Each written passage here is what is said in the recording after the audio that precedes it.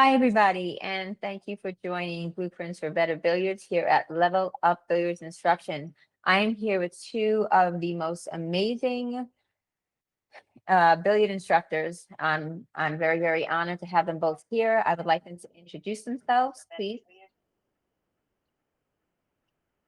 Kim, Eric, feel free to introduce yourselves. Go ahead, Kim. So my name's Kim Young. People call me the Dragon. I'm the owner of Dragon Billiards Instruction in Vestal, New York, which is a PBIA accredited training academy. I'm also a PBIA Master, ACS Level 4, one of the first two, along with Anthony Beeler, to be awarded Doctorate of Billiards Instruction, online billiards instruction, and the proud recipient of the 2025 Jerry Bryceth PBIA Instructor of the Year Award. Happy to be here. Thanks for having me. And thank you for coming on board. I appreciate that. And Eric, please. And I am Eric Naretto. I am the owner of G1 Billiard Academy that's in Pontiac, Illinois. And let's see, I'm a PBIA Master ACS Level 4 instructor. I am one of two people in the country that are accredited to teach the brand new Sight Right program. And let's see. I don't know. I'm probably forgetting something else too, but that's just kind of where I'm at. Let's get into it. I'm ready to get into it. Okay, well, since the both of you, you're both accredited with Sight Right, correct? Can you just give me a line or Only two? two. There you go. Kim, can you start giving me a line or two about Sight Right? And then Eric, can you follow, please? Sure. Yeah, so Sight been actually around since '97, as I believe. Stephen Feeney, who has helped out all sorts of different world champions, including Jason Shaw, Ronnie O'Sullivan, Stephen Hendry, Sean Murphy, Jack Whelan. The list goes on and on. Stephen really specializes in how do we see straight. So it's not just limited to cue sports. Stephen also helps out darts and golf, and I'm sure that there's other places that he's been able to assist with too. And for many many years, I taught Vision Center, Dominant Eye, and the way that we see with some holes that I couldn't really personally answer. I've been teaching pool for a long time now, and I've been kind of instructing based on the information that I had. And I'm so proud to say I've changed the way I'm teaching because of the information that was provided to me. So just as a very brief glimpse, I'll keep it short and that way Eric can jump in here too. But one of the biggest impacts on me was recognizing I've always known my vision center is here on the right side of my face, right here where my tear duct is. I know I'm right eye dominant. And I know that my vision center is here because when I look at the camera lens like that, which means I'm looking at you, the part of my face that's in the triangle is this part right here. So this is my vision center, and that's all fine. But the problem is I can't shoot pool this way. I shoot pool this way. And now my nose is in the way of me seeing to the left. My vision center is blocked. And so I don't see things the exact same way.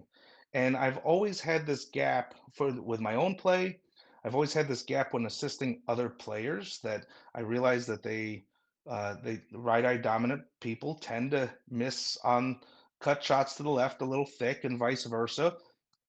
And I just couldn't really figure out why. And I knew it wasn't a naming system, so I did inquire a little bit further. I'm so glad I did. The training was fantastic, and I'm a different and better instructor today because of the Sight Right program. Okay, this is great because that was what I was leading with is what is more important, vision center or dominant eye? So I'd like to hear from Eric now a little bit about what he's learned, and the two of you can maybe corroborate each other's stories. So Eric, please. So Stephen Feeney's completely changed my life, not just as an instructor, but as a player. As far as credentials for playing goes, let's say that on my best day, I was breaking and running 4 racks in a row. Now I can guarantee you with Steven's information that that's jumped to 6. I guarantee it hands down. Kim's right on everything. The ability to see is so important, and there are so many people that I've learned from over the years that have gone directly to my stance, moving my stance around, and all kinds of things like that. They didn't even mess with my head. They didn't even talk about the head. They didn't talk a lot about whether or not the head was this way or the head was this way, and what that even Mm, meant. It was just opening the stance to make sure that the cue could get through without hitting in the body and everything like that. And then in comes Steven, and he's like, "You don't see straight," and I'm like, "Bullcrap." And he says, "No, you definitely don't see straight, and I'm going to prove it to you." And within 5 minutes, I was really frustrated because for 20 years I've played pool that way, and I've got a lot of credentials in those 20 years. And within 5 minutes, he had me completely bought into the program. So when people ask the question, which is more important, they work together. And that's okay. It's good to know that you have a dominant eye, and it's also good to know that you have the vision center. Same thing with Kim. My vision center's in the same location as Kim's. When I do this and I bring it close and I pull it back, it's right here at my tear duct, and it's been that way for 20 years. The biggest thing for me was learning that, to put it into, I guess, American terms. I have a hidden vision center that I never knew anything about, and that's what's called the high vision center, and it is how we perceive something from up here, and we tell every pool player we aim from up high. I've always told people that. You look at all the pros, they're aiming from up high. When they're in their stance, they're identifying what they're doing from up here. right. And then they get down, and it's a confirmation, is what I saw up there, what I see down here. If it's good, I'm okay to play. And if it's not, I need to get up. I need to redo my everything and get back into it again. And what he showed me right away was that for 20 years, I have been lining up a shot with my vision center. And that is not where I need to be lining up a straight line with when I stand behind the shot. So when I'm in a standing position, I need to square my body up completely different in order to perceive a straight in line. And then when I get back down, then my cue falls down through here and into my lower vision center. So to answer the question, which one's more important? Well, I mean, the answer is yes. I mean, they're equally important. They have their own identifications and their own definitions. When people talk to me about eye dominancy, what that normally tells me is that when we eventually talk about vision center, like if you tell me you're right eye dominant, that gives me an idea that your cue stick is going to be somewhere between the middle of the nose and the end of the right eye. That's really all that tells me at that point in time, because you use your right eye more than your left. Now, could you fall down and the cue fall onto your left eye? Yeah, I've seen it happen before. But as soon as somebody tells me that, they say, "Well, I already know what my dominancy is," and I have to tell them, "No, no, no, no, no. That's they complement each other, but they're two different concepts." So where before Steven's training, I would have said that eye dominancy leads to vision center, and vision center is therefore more important because that's how we would shoot a ball. Huh. But now, re-looking at my training, I can truly tell you that I believe they go hand in hand with each other. That they're equal in their own rights because they answer different questions for a common goal. Kim, agreed? For a lot of it, I mean, I would just add, the difference between the high planar, what Eric is calling high vision center, and then the low is, for many players, they take their head off of the line. So we are going to have basically a vision center, right? Which is what we call the sight right aiming line, which means that when I'm in my high planar point of view, I'm probably seeing through the vision center I've always considered because I'm straight on with the shot if my body is turned straight. But even as I look at you, I don't realize if I look at my feet, I'm actually turned slightly to the right. And a lot of us just don't realize that. So when Eric's saying that we need to square up, what we're saying is it's possible that your feet might even be slightly turned to the left when you're actually seeing square. And there's some different things that we can do using the cue to make sure that we're, perpendicular to the shot line with our cue, or that our cue is parallel to the shot line, and that our body's actually square, so we're actually seeing straight. And then once we are there, in order to keep our eyes on the line, and this is what I mean by I you don't know what you don't know. And so for many years, way back in the beginning when I was a young instructor, I used to teach people to stroke back and forth through a Coke bottle. I didn't know any better. And today, I absolutely do not do that because there's some problems that are induced with that. So I just don't do that anymore. And I've evolved, right? I'd have to have an ego the size of Texas to think that my way is the best way. So I'm constantly looking for better, and I think Sightright helped me be better. Today, I no longer tell people to put the cue on the shot line and move their body around the cue because see how my head is on my That's cue's what on the I shot line, learned. right? Yeah. I taught this to you, and before I knew better, but now that I know better, I'm doing better. So instead of putting my cue on the shot line and moving my body off the cue, so I can get back on the cue, which is very good for alignment and clearance. There's benefits to that. Now instead, I'm more focused on my head has to stay on the sight line. So if my head is on the line, now when I step down, I can keep my head looking straight and I never take my eyes off that plane. And a fun fact, first time Eric and I ever met years ago, I was actually taking he had done some classes with me, and I was coming to take a class with him. So I went out to Illinois and we met up and he was showing me something and he was lined up for a dead straight shot. You remember this, Eric? He Mhm. was lined up for a dead straight shot. This is years before we heard about sight, right? And I said, okay, but you're not even close to lined up straight. He proceeded to fire the ball in straight, but he wasn't. And I took a picture and I showed him. He was pointed at the tree to hit the green. He had two wrongs making a right, and it really made us think and stuff. So, throwing that back, that was on my mind when I was taking my sight right training alongside Eric. Two separate classes. We didn't work together on this. We just worked on the class at the same time separately. But he definitely crossed my mind with this that here I've got a national champion that can't see straight. And I saw it years ago, didn't necessarily know how to help him at the time. Okay. So this has completely shifted everything. Like it's basically wiped out everything that we've been taught or have learned over the years. It's basically an evolution. So we're always going to evolve, right? Evolution is just a constant, like change. So now we have that way may have worked then, but now we have a better way and a more accurate way to teach.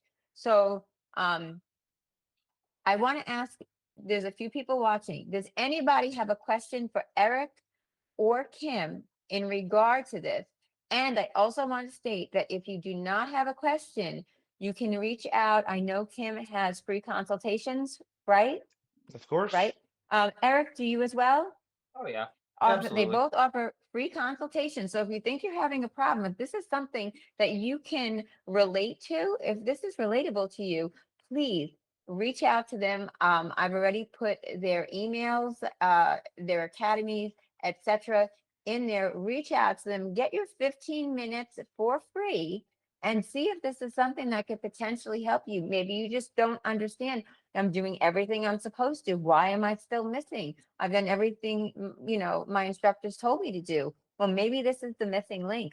I don't know. But for 15 minutes of a free evaluation and talking to them, this might save your game. I don't know. Um, so I'll just wait for any questions that come in, and in the interim, I'm going to ask. Um, Yep, thank you. I'm going to ask, and thank you very much, Timothy Morris and Jay for stopping in. I also want to send a shout out to the ACS, the American Cue Sports Alliance, Janet and Stacy, and everybody on the marketing committee and board, and a shout out to the PBIA as well. Um, and a shout out to Dragon Billiards Instruction and G1. Um, so I have one question because I know we have to wrap it up, but I have one quick question. Now that you have this newfound knowledge, because this is a question I had before, but now I'm going to incorporate it here. What is the most common mistake a player will make if they do not know this? I'm gonna. I'll answer my. I'll answer, but it's not sight right because the number one mistake that I think the players Okay. make, and then I'll let Eric answer however he wants to. But I think the number one mistake that players make when trying to improve is thinking that if they play more, that that's the path to improvement. And I will always encourage people to consider Mike Tyson didn't fight more fighters, better fighters. He trained most of the time, and then he competed a little bit. Okay. The fights, the competitive play is a way to contest your abilities, but is a very slow path to progress. So if you're a beginner, or maybe you're a seasoned player, but wherever you're at in your game and you're trying to improve, I would urge you to think about the ratio of learning, training, practicing, and competing. They're all four different things, and maybe the ratio or the amount of time that you're spending on each of those things might be backwards if you're playing more than practicing and training. Excuse me. Eric, what about Yeah, the most to common mistake? piggyback off Kim just a touch there, I mean, really, if you take sight right out of the equation, Kim's absolutely right. I get so tired of seeing the people that are saying, "Don't go do an instructor, go gamble," or something. Toss 1,000 balls out and hit a whole bunch of balls until you're going to get good at something. When you toss a whole bunch of balls out, if you have something that's poor, the only thing you're doing is repeating a poor motion over and over and over and over and over again. And when you talk about getting out there and playing in tournaments and things like that, sure, tournaments and gambling and all those things, they help with an experience level. But to get into the nitty gritty and the grind of improving, I've been telling my students all week, well, since I passed the Sight Right program, because I've been calling them back and we've been going over this. I said, what we really need to do is we need to oil your machine.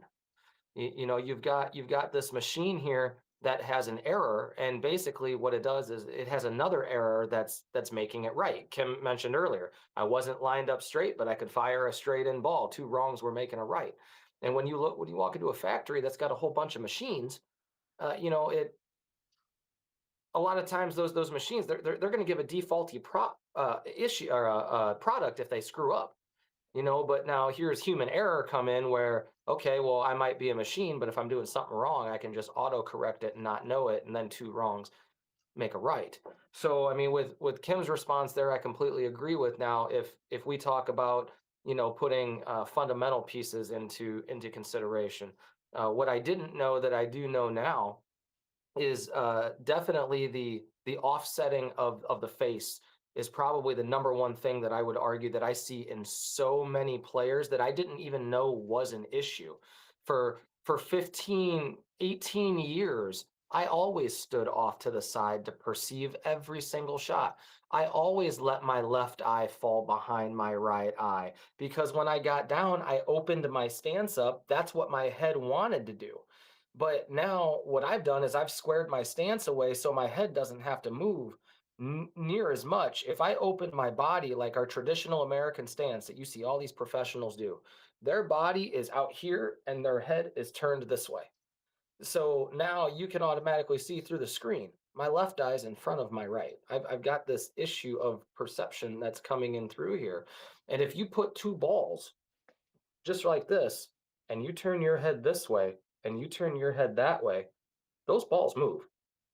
So to Right. stand behind the shot like so many pros do, they look at it like this. And then, like Kim says, as soon as they step, here goes their head. Now it's Yep. gone. And then their body opens up. Well, now their head's this way. Now they Right. bend over the cue, and now they got to turn their head back this way. So how many movements do I need to make to put a ball into a hole? And where it sounds so simple, I got really frustrated after I graduated this program because I thought everything he showed me, I should have known. I should have known. Like when you go back to it, this is the stuff that we look at. These are the questions that we should be asking. But I had to take a class with who I identify as a vision expert to Right. show me all of these different techniques to see a straight and a straight in ball. So I mean, it's going to be revolutionary. But Kim's right in terms of the practice. But I have to go. I look at these, and I cite American players because a lot of the European players they square off their stance. Their head is more straight into the shot, and when you watch their mechanics, their head almost never leaves that line. I've gone back and I've watched a lot of pool and this, yeah, like what Kim's doing right now. They start here, they lower here, the head never moves. And then you watch some of our top players, their heads everywhere. I mean, so if anybody watches this, that is of that level. Mosconi Cup, will you guys keep your head on the line? Please, for the rest You of know, us, keep your head on the line. Eric, when you were doing the whole like little robotic thing, all I could think about is he going to get into like warrior pose? Like, what kind of yoga pose is he going to end up in at that first? I didn't know. Um, yeah. So this is great information. Hi, Ron. How are you? Thank you for joining. This is really great information. I think this is going to really help students excel. I just want to put my 2 cents in. I know we're going to have to cut it, but my 2 cents is the most common mistake beginners or players make is, for me, it's in their minds. They think that learning something new and missing it 50 times, well, my game's gone down. Yes, because you're learning something new. You have to take the time as you would to learn anything, a computer program, anything at all. So I would say, please be patient with yourself. Give yourself some grace and understand that anytime you enter something new into your program, your game might not feel the same. But if you practice properly, practice the right way, as these two amazing gentlemen are telling you, your game will then go from here, and then you're going to level right up. Um, if you guys disagree with that, please tell me why, and I'm open to any information. I like the Oh, idea of being very patient with yourself, but I would just add on one more thing. Consider doing a skills inventory, see what your strengths and weaknesses are, and prioritize what those weak areas are. I get a lot of people that tell me they come in for their first lesson, and they've tried everything except for instruction. They've watched all the videos, read all the books, they've played all the better players, gambled all the tournaments, and they're still not improving. And okay, what are you working on? Do you do any drills? Yep, I do the Mighty X. I do 2 hours of the Mighty X every day. I've done it for 20 years. Okay, then why are you still afraid to take a straight stop shot in your competition? And gotcha. the reality is that when we break our game into offense, defense, and mental, and then we break those things into smaller pieces, there's usually some sort of sandbags that are holding our hot air balloon from rising. And if we instead get rid of those sandbags, if you're a 300 Fargo and you got some skills that might look like 400 because you can pocket balls really well, but you got these other skills that are a 200 because you're easily distracted, or you break Yep. down under pressure and with anxiety, or you don't know when to play a defense. Those 200s are causing more pain to your game, and it's more urgent that we fix those Mm. than it is to make the 400 pocketing even better, right? So get rid of the sandbags and watch your hot air balloon rise on its own. I love your analogies. Kim said it Okay. well earlier. You can't learn and play at the same time. So that long road there, oh, I've played all the tournaments and everything like that. Well, yeah, and you're still a 350 Fargo because 5 years ago you were 300 Fargo because you took the long road. Isolate yourself a little bit, start working on those things. Don't learn when you play. Learn off to the other side, study off to another side, get in the box, and then practice what it is that you have learned in that competition, whether if it's a tournament or whether if it's a gambling setting, whatever the case is. Work on what you're doing in competition that you're working on at home separately. That's the best way to see your rise up. You Yeah. can't learn and compete at the same time. Don't Yeah. skip leg day. Kurt, you hear that? So I truly appreciate both of you being on here, and I thank you so much for the advice. I have some things, but I know that we are actually out of time. Again, everybody, please, it's in the description. Just all you do is click and send a message and see what they have to say. You lose nothing. If anything, it's 15 minutes of your time, and I'm sure you're even going to gain something from there. All right, everybody. Thank you so much for watching. We appreciate it. And this is going to be a more consistent vodcast and potentially a little bit longer.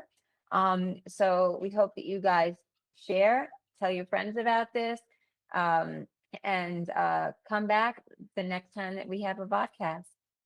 Thanks for joining, everybody. Thank you, Kim, for your time. Thank you, Eric, for your time. We truly appreciate it. Thank you. You're welcome. Thanks. Thanks, everybody. Have a great night.